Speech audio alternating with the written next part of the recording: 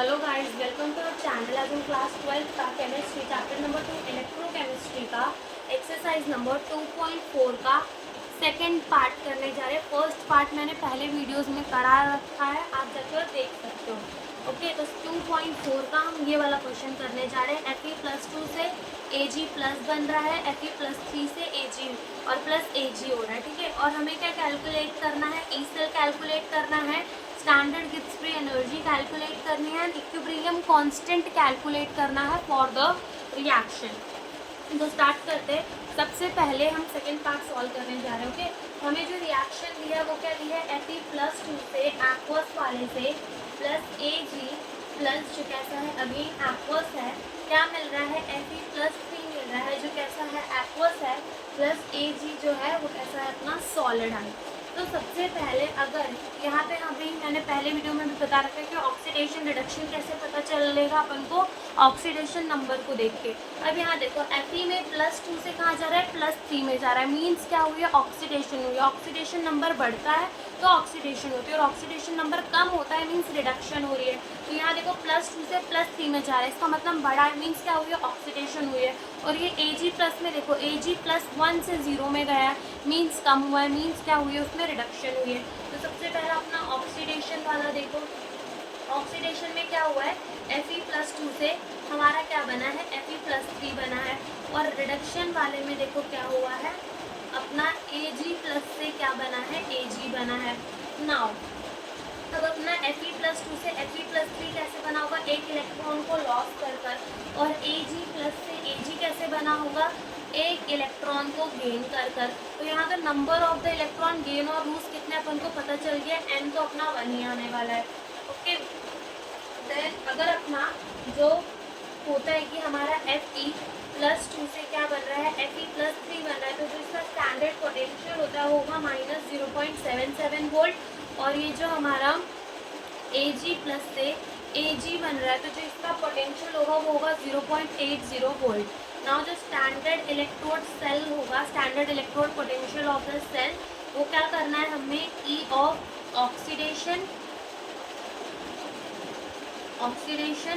Plus E0 of reduction, इन दोनों को प्लस कर देंगे तो हमारा क्या मिल जाएगा? E0। तो ऑक्सीडेशन वाले में क्या हो रहा है? -0.77 वोल्ट प्लस रिडक्शन वाले में 0.80 वोल्ट। तो जो हमारा E0 सेल आ जाएगा, that is the standard electrode potential, वो आ जाएगा 0.03 वोल्ट आ जाएगा। ठीक, ये हमारा क्या आ गया? स्टैंडर्ड इलेक्ट्रोड पोटेंशियल आ गया।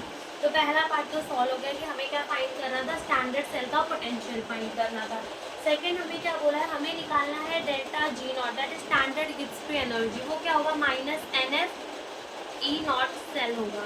तो n कितना है? 1, F की वैल्यू 96487, और जो E सेल है इट इज 0.03 वोल्ट। और इन सबको जब मल्टीप्लाई करेंगे तो जो हमारा आंसर आएगा वो आएगा 2894.6 जूल पर मोल। तो ये क्या आ गया हमारा? Delta G0 mean standard Gibbs free energy आ गई। सेकेंड भी सॉल्व हो गया।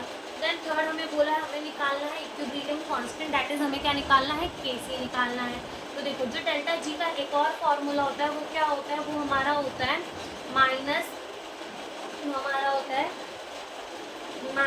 -RT ln Kc। ओके, और हम इसको अगर लॉग में कन्वर्ट करें तो ये होता है -2.303, ये पॉइंट है 2.303 into R into T into log Kc होता है। ठीक है, तो जो अपना डेल्टा G0 की वैल्यू कितनी है? यहाँ माइनस आ जाएगा, तो हमारा डेल्टा G0 कितना आया? -2894.6 is equals to -2.303 into R की वैल्यू 8.3। टेम्परेचर हमें दे नहीं रखा तो हम रूम टेम्परेचर मानेंगे, दैट इज 25 डिग्री सेल्सियस। और उसे कन्वर्ट करेंगे केल्विन में तो कितना हो जाएगा? 298 केल्विन हो जाएगा। तो 298 केल्विन और ये क्या हो जाएगा? लॉग Kc हो जाएगा। माइनस से माइनस जाएगा कट, और यहाँ बचेगा 2894.6 इज इक्वल्स टू, और इन सबको जब हम मल्टीप्लाई करेंगे तो जो हमारा आंसर है वो आ जाएगा 5696.2 लॉग Kc ये आ जाएगा। और जो हमारा लॉग Kc होगा वो क्या होगा? लॉग Kc होगा 2894.6 डिवाइड बाय 5696.2402 और इसको जब हम डिवाइड करेंगे तो जो हमारा लॉग KC है वो कितना आ जाएगा, वो आ जाएगा 0.508 आ जाएगा। और जो KC है वो क्या हो जाएगा, वो आ जाएगा एंटी लॉग ऑफ 0.508 आ जाएगा। अब इसका एंटी लॉग कैसे निकालेंगे, अब यहाँ पे कुछ नंबर तो है नहीं कि हम उसको ज़ीरो माने, तो डायरेक्ट 0.5 में क्या करना, उसको डिवाइड करना विद 3557, उसमें +1 करना and then multiply and equals to दबाना 13 टाइम इन कैलकुलेटर।